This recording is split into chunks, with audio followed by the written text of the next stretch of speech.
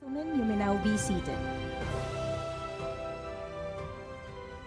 Your Excellency, distinguished guests, ladies and gentlemen, please direct your attention to the screens for a short video presentation in tribute to this year's Bagong Bayani awardees.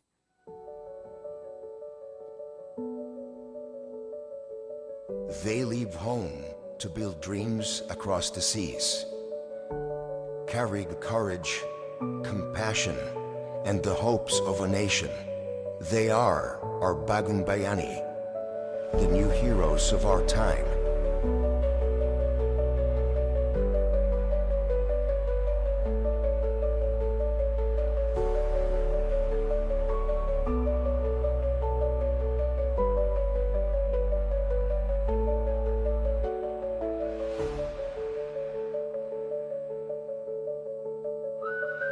Since 1989, the Bagong Bayani Foundation Incorporated has honored over 1,700 overseas Filipino workers, ordinary people with extraordinary hearts. Their stories continue to inspire the world.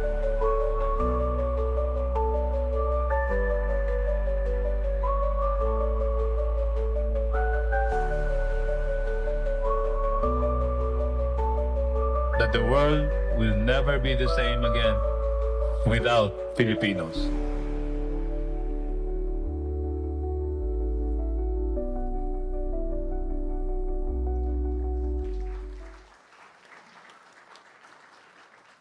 To deliver his welcome remarks, may we call on the President of the Bagong Bayani Foundation Incorporated, Vice Admiral Eduardo Ma R. Santos.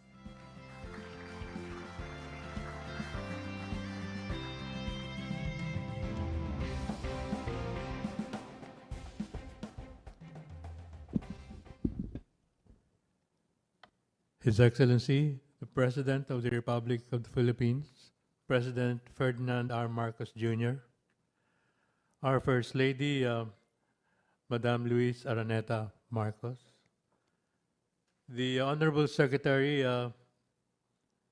Bienvenido E. Laguesma of the Department of Labor and Employment, the Honorable Hans Leo J. Kakdak, Secretary of the Department of Migrant Workers, and the Honorary Chairperson of the Bagong Bayani Foundation, Inc., our Honorary Trustees, the Administrator of the Overseas Workers Welfare Administration, Patricia Yvonne Kaunan, Undersecretary Felicitas Q. Bay, the members of the Bagong Bayani Foundation, Incorporated, Board of Trustees, our awardees, distinguished guests, esteemed partners in government and civil society, and most especially, our beloved overseas Filipino workers, good morning.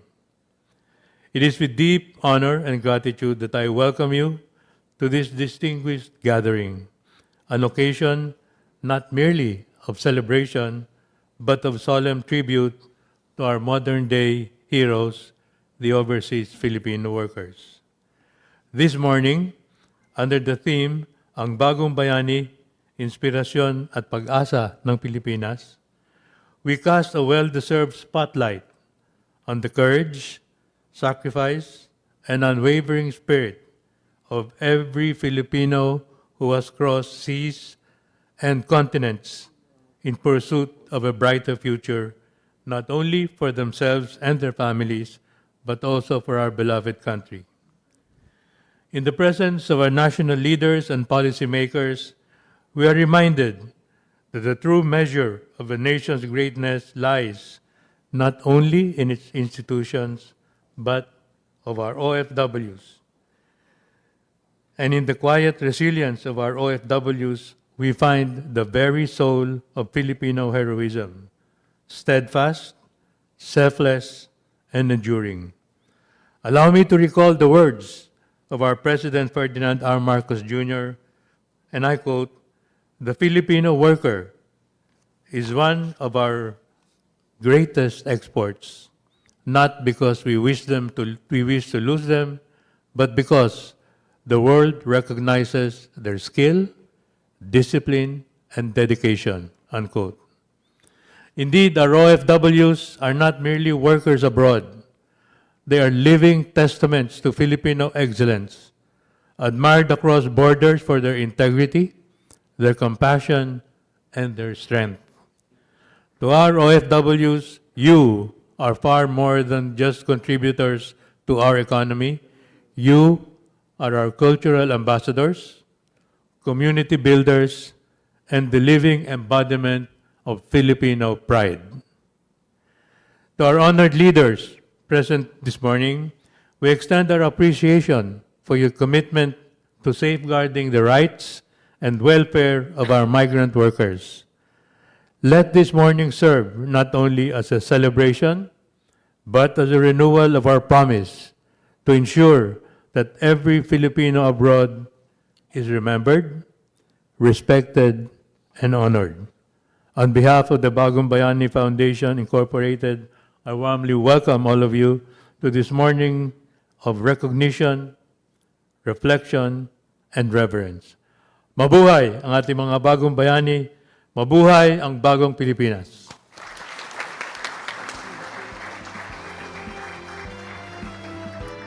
Thank you, Vice Admiral Santos. On behalf of this year's Bagong Bayani awardees, may we call on stage Captain Gaudencio C. Morales to deliver his response.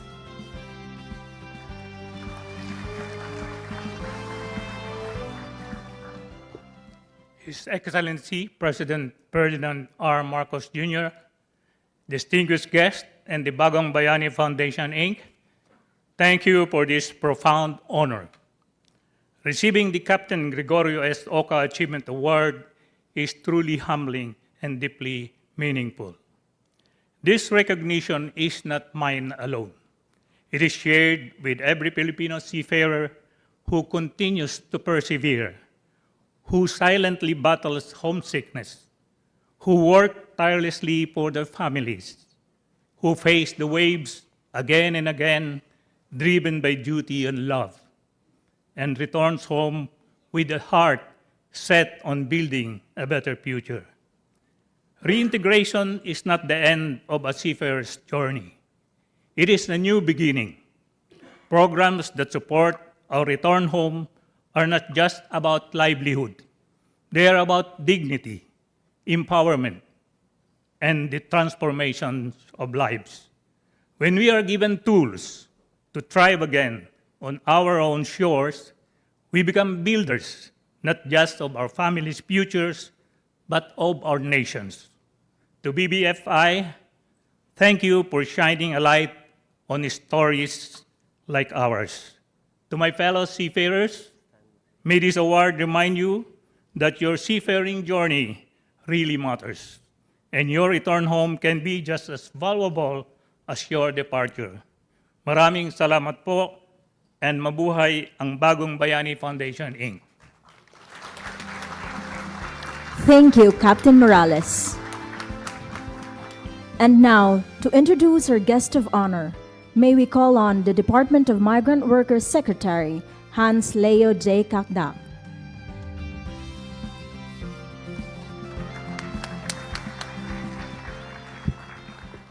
Ladies and gentlemen, the President of the Republic of the Philippines, His Excellency Ferdinand R. Marcos Jr.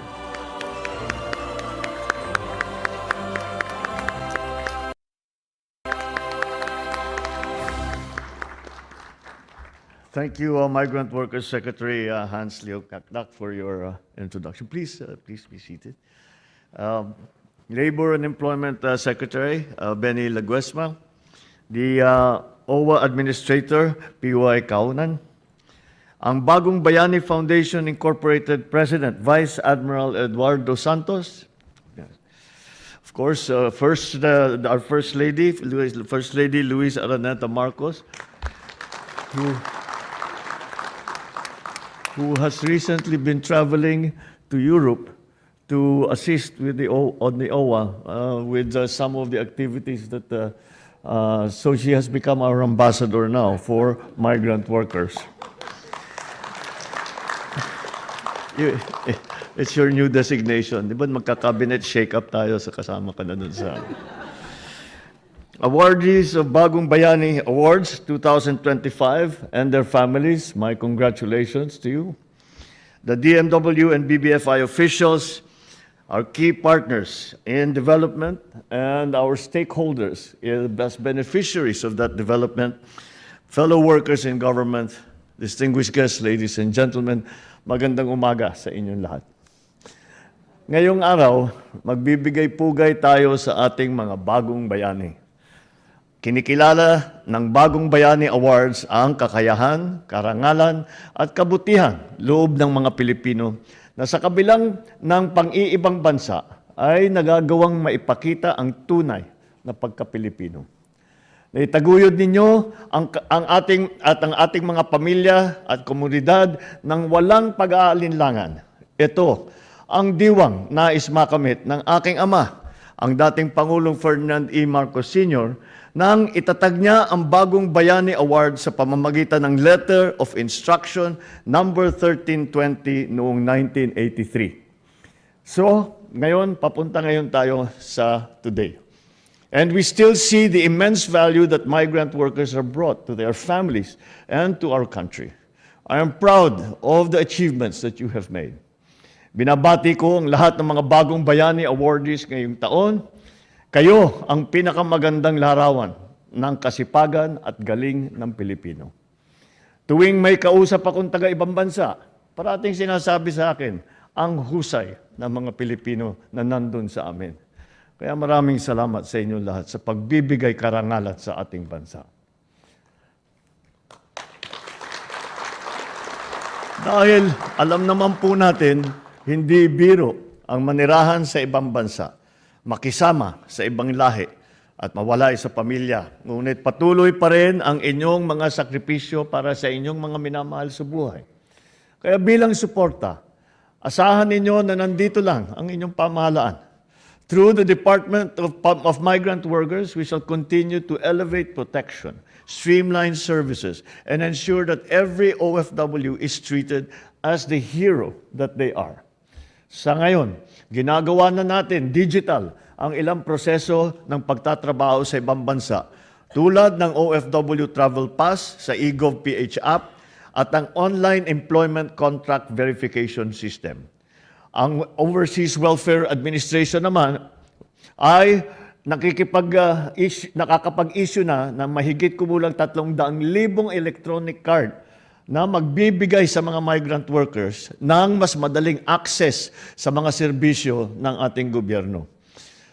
Pinahalagan din natin ang inyong kalusugan sa pamamagitan ng OFW Hospital, ang OWA Butika, at pinalakas na ng mga programang medikal para sa ating mga OFW. Sa Action Fund, ang mga OFW na nasa kagipitan ay may maasahang tulong na legal, medical, pinansyal at iba pa mula sa DMW, Migrant Workers Offices at Regional Offices.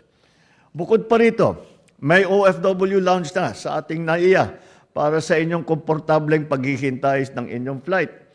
Mahigpit din ang pamahalaan sa pagprotekta sa ating mga OFW sa pamamagitan na paglaban at pagpuksa sa human trafficking. Sinusuportahan din ng ating DMW ang reintegrasyon ng ating returning OFW sa pamamagitan ng startup capital, financial literacy training at livelihood support. Lahat ng ito ay upang masiguro na hindi masasayang ang inyong pinaghirapan at maging matagumpay ang inyong pag-uwi.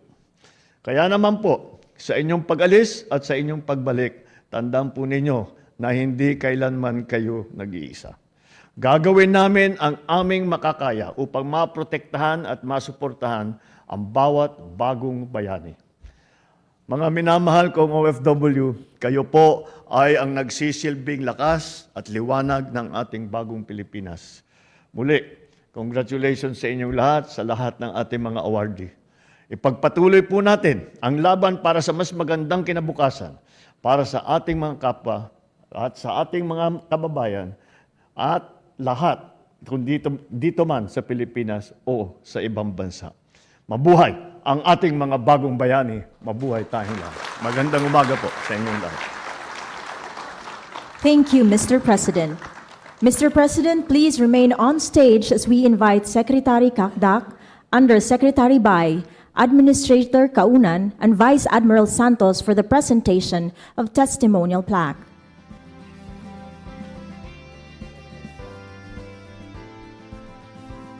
This testimonial plaque of appreciation is presented to the Excellency Ferdinand R. Marcos Jr., President of the Republic of the Philippines, in grateful recognition of his invaluable presence and inspiring message as keynote speaker and guest of honor during the 2025 Bagong Bayani Awards held on November 20, 2025 at the Malacañan Palace.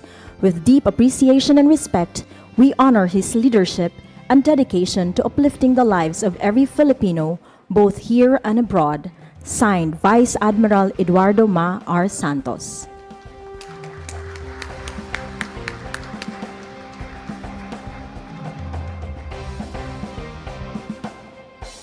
At this point, may we invite on stage First Lady Luis Araneta Marcos to join for the photo opportunity.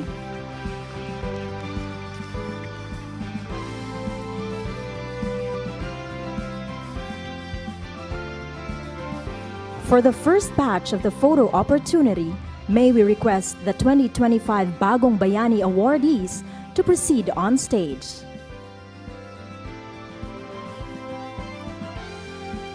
Bagong Bayani Foundation, Inc., please stand by.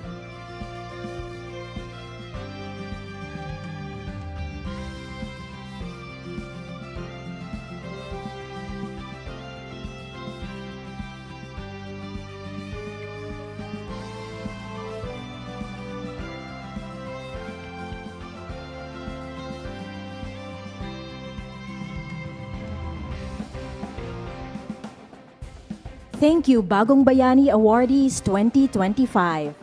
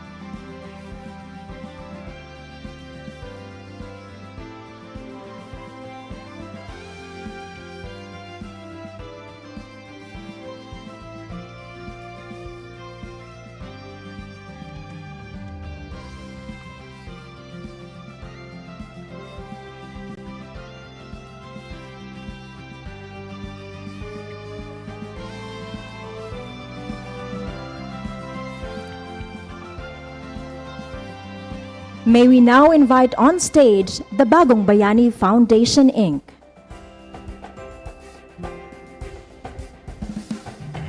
Department of Migrant Workers, Senior Officials and Secretariat, OWA and DOLE, please stand by.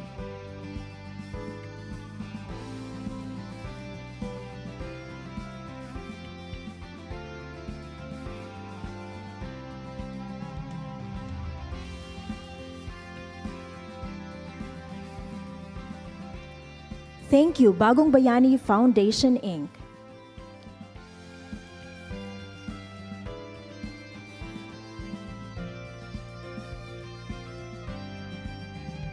Thank you, Bagong Bayani Foundation, Inc. For the final batch of photo opportunity, may we call on the senior officials and secretariat of DMW, OWA, and DOLE.